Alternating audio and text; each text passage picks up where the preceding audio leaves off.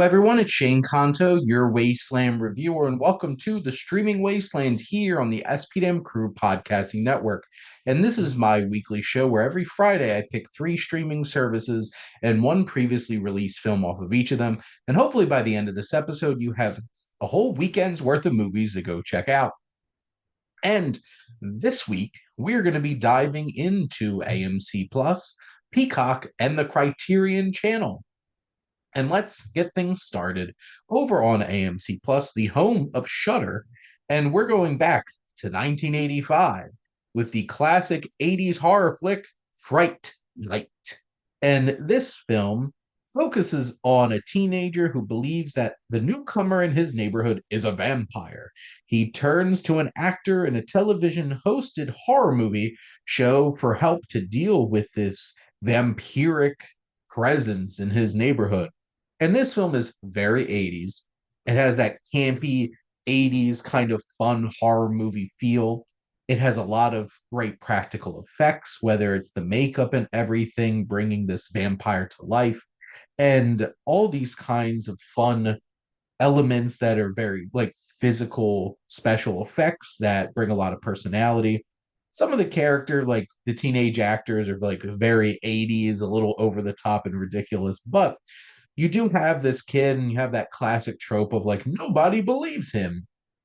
But I think the real fun in this film comes in the form of Jerry Dandridge, the vampire who moves in next door, played by Chris Sarandon, who is Prince Humperdinck in The Princess Bride and also the voice of Jack Skellington when he's not singing.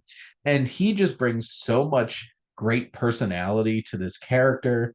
He is campy, he is seductive, he is charming as heck, and just a bunch of fun. And he just brings it.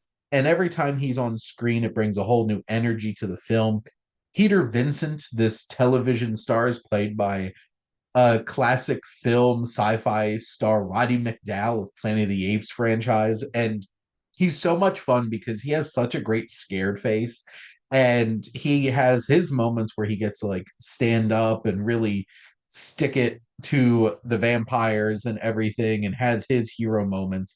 But writer director Tom Holland here, not that Tom Holland, but the Tom Holland who's made Child's Play and other films like it, he just really brings a fun, campy, eerie, and also fun kind of vibe to this film. This is like the definition of like 80s horror. It really brings that 80s atmosphere, aesthetic, the music, and all of that to the table, but still has that like gothic, creepy kind of feel, especially with the mansion that Jerry Dandridge has. It's very eerie, haunted house kind of feel. But those vampire effects, and there's some really eerie practical effects here that really work to get some good body horror thrown in there as well. But this is such a fun time and an absolute delight. And it's right there on AMC Plus. Heading over to Peacock, back a decade to 1973, it is the coming of age teen comedy American Graffiti. Yes, from writer director George Lucas, long before he made Star Wars, or at least, 4 years before he made Star Wars. He made this coming of age tale about a group of guys and gals, all, in these teenagers in California's Central Valley spend one final night after their 1962 high school graduation cruising the strip with their buddies before they pursue their varying ambitions after high school. And this film really does capture the 60s era. The cars. The cars are absolutely incredible. The hair, makeup, costuming, it all really captures the 1960s in a very authentic and engaging kind of way. This is such a charming flick from start to finish, loads of fun, and you have such a fantastic cast. First off, you have legendary actor Richard Dreyfuss as Kurt, who's a little bit more abrasive and a little bit sarcastic of the crew. You have Ronnie Howard, coming off of the Andy Griffith Show and Happy Days, who just has that charming and good natured kind of feel here. And we can really get behind his character. Even Charles Martin Smith, who would go on to be in The Untouchables and direct a bunch of films himself, is a lot of fun. You have Cindy Williams, Mackenzie Phillips, Candy Clark, and then some interesting appearances by Wolfman Jack, who plays a disc jockey who is really in his Wolfman Jack persona. And you even have Harrison Ford popping up in a small, kind of antagonistic role.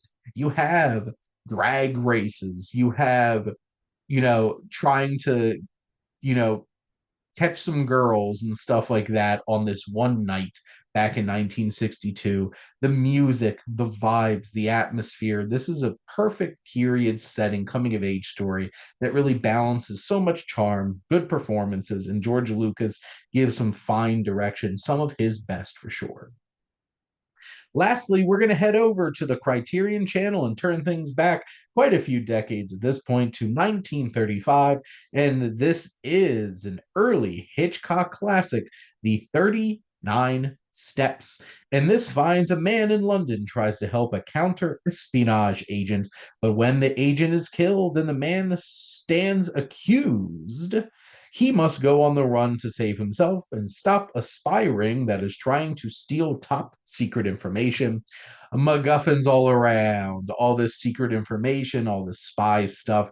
Really, that Hitchcock conspiracy thriller, mystery, suspense elements really working hard here. We have Robert Donat as our main character who's charming. He's got that mustache. And we get behind him on this journey. And you have Madeline Carroll's Pamela, who's along the way. You have some charming dynamics between these two potential love interests.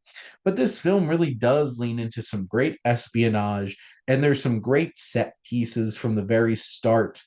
You see how it leverages like Scotland and these mansions, and there's all kinds of people involved. There's incredible cinematography and really great shot moments. You have this like great foggy elements out in like the locks and stuff like that.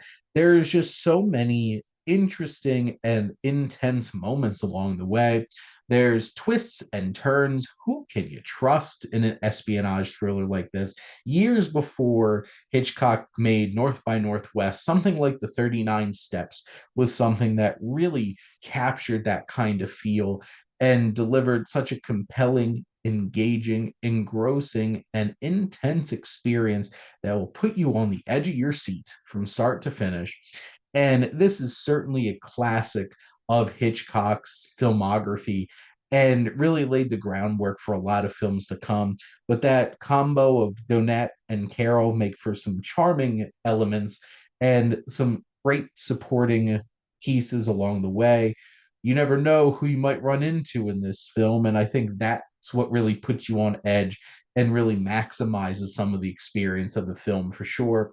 This is impeccably directed, great camera work, all kinds of wonderful filmmaking elements. And what should you expect out of Hitchcock, one of the all-time greats? But that's a wrap, and let's do a little summation here. So over on AMC Plus, we have 1985's Fright Night.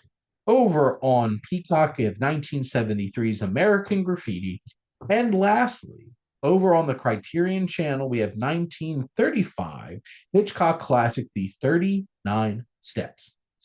But thank you all for listening. Make sure to like, comment, and share on this episode. What's your favorite 80s horror flick? What's your favorite period coming of age story? And what's your favorite Hitchcock? Maybe if you could pick one of those earlier ones for sure. And make sure to follow or subscribe wherever you listen to your podcast. The SPN crew is ever expanding.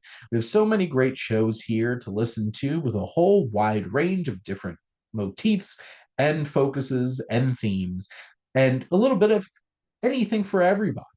And if you're interested in getting involved, make sure to contact us over at our website, the SPM Crew, where you can maybe start your own podcast or join one of ours as a guest.